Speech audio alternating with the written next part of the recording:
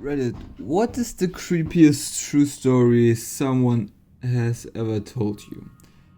I will start. Way back in 5th grade or so, I discovered a glorious Pokemon themed chat room through the wonders of Yahoo. Within this chat room, there were maybe 15 regulars, generally between the ages of 12 and 16 or so, and we had a great time role playing various anime characters and storylines. Anyway, I got to know a few people from there well enough to chat with them on AIM or by phone, and few of those relationships lasted a good 4 or 5 years. One of these guys was a little eccentric. He loved creature monster models and stories, stuff like Godzilla, Spawn, whatever. He believed in things like chupacabras, which I thought was silly, but I didn't really care. And he lived out in the boonies in some midwestern state, which all seemed like Hickland to my young West Coast man. After getting to know him pretty well and having a good 100 hours of phone conversations over the years, he finally revealed this lovely story. He told me that sometimes he would black out and wake up to discover that he had or was still in the process of hurting or torturing animals and children.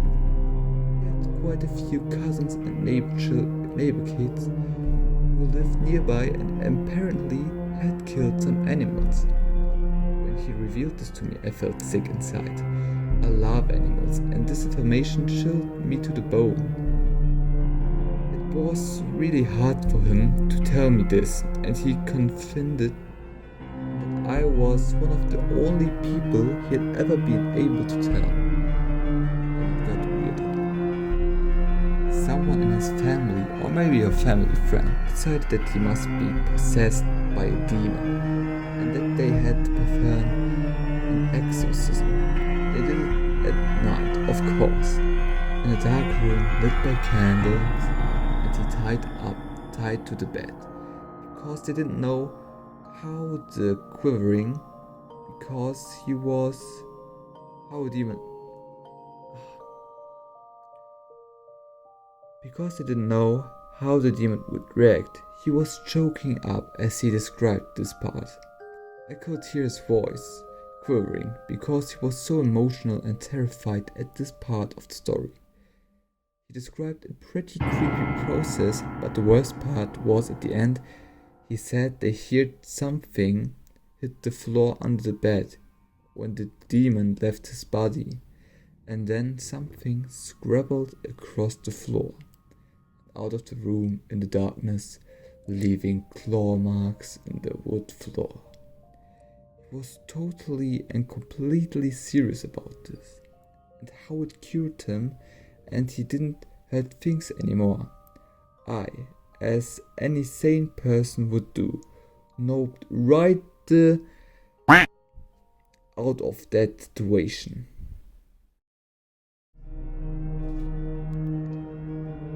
I escaped a fake deliverer.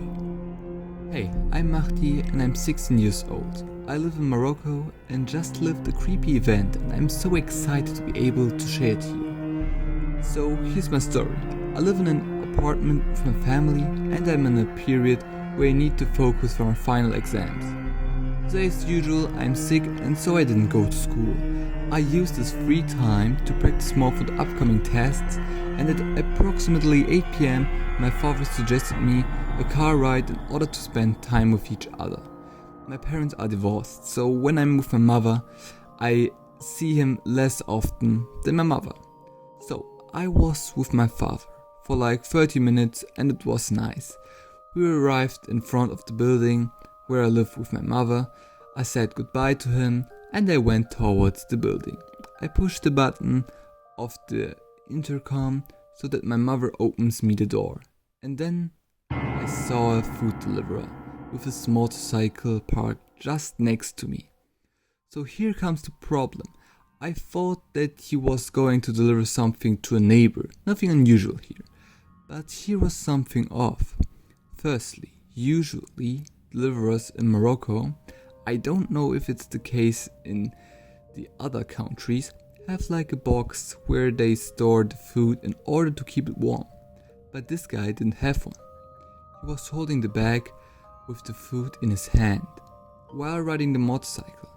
Also, he opened his phone like he was like if he was going to check a delivering app. But as I said, he didn't have the box or the logo of a delivering service anywhere on him. So even if my mother unlocked the door, I preferred not to open and talk to the guy. I order from restaurants and fast foods a lot, and I'm used to see deliverers and even talk a little bit with them to try and make them laugh. I know that it's a hard job because of people being jerks, so I try to be as friendly as possible. So I start by saying hi and how are you, bro, in Moroccan, and the guy was super nice. He had a great smile and nice way of talking, but he took time before answering me like if he was lagging. But it's okay, it happens, maybe he was stressed or preoccupied. So nothing to worry about.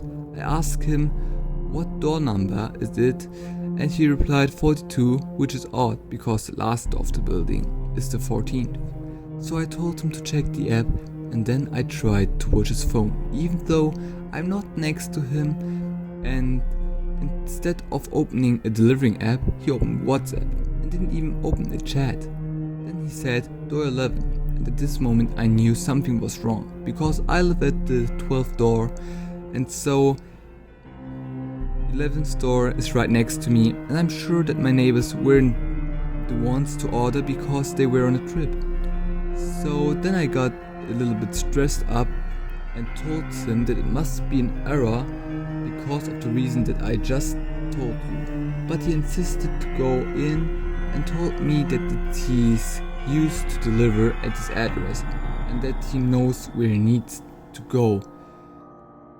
He also tells me that the customer knows him and that he asked him to be quick because he liked his food to be as hot as possible.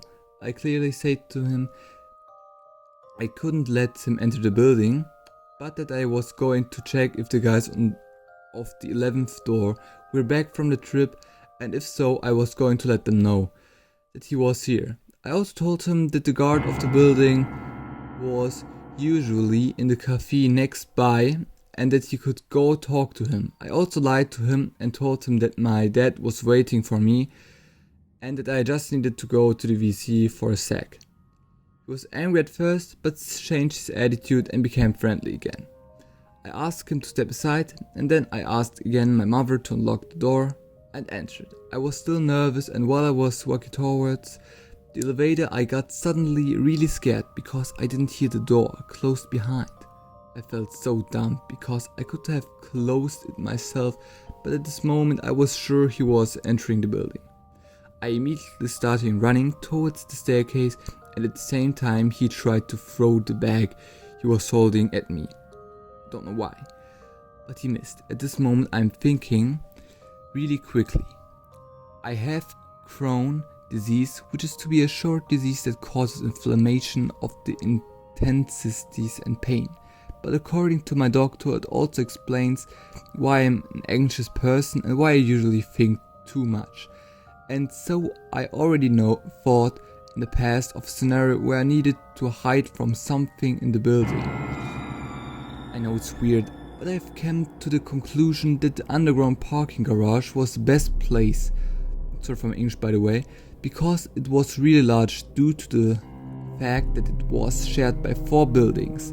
So I ran towards the staircase and I immediately started going downstairs. Before I continue, I need to say that I'm a pretty tall guy, 192 centimeters or 6'3", and so it's difficult for me not to hide quickly, and so I run and I hear him chasing me. At this moment I remember that the other buildings have their own doors in the parking lot, so I run towards one of them. I see someone from afar and start screaming, call name of the caretaker of the building quickly, but he didn't react, and then enter one of the doors.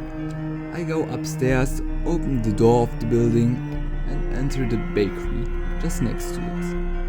Luckily, I find the caretaker or the concierge, I don't know how to say it in English, and explain to him really quickly what's happening. He immediately got out of the bakery and started chasing him. But he was too far away and was running towards his motorcycle, so we couldn't catch him. I was tired of all that running, but strangely I wasn't shocked at all. And still, while writing this, I feel a bit excited about what happened. Am I weird? I'm definitely not going to tell my parents, because otherwise they will forbid me to go out alone or take a taxi. I tried to look out for the bag he tried to throw at me, but it wasn't there anymore. I know I'm selfish for not calling the police, but prefer not to worry about it, because they never do anything.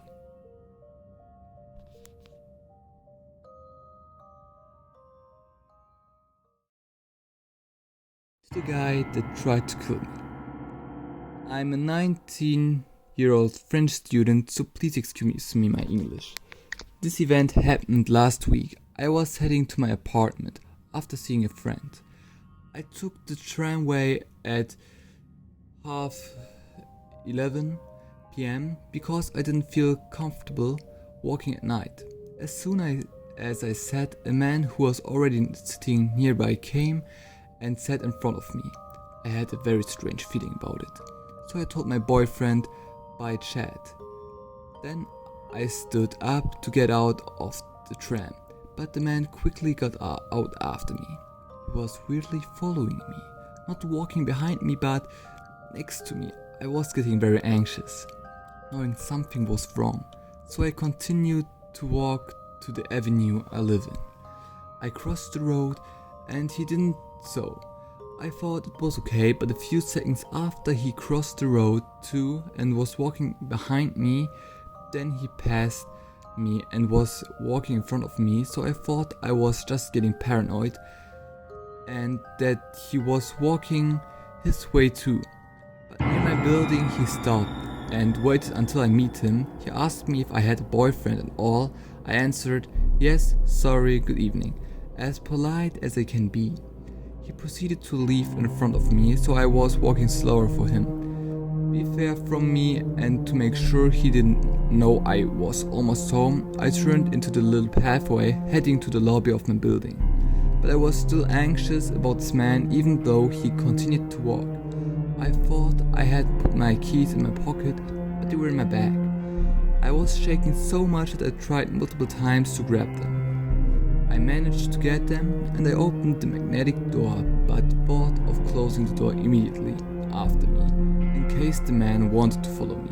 The door was closed, but the magnetic system wasn't on yet. The man was running to it and pushed it violently with horrific eyes, looking at me. The door was made of glass, so I totally saw him. That's when I knew I was getting into real trouble. So, without even thinking, I screamed as much as I can, and I think that's what saved my life.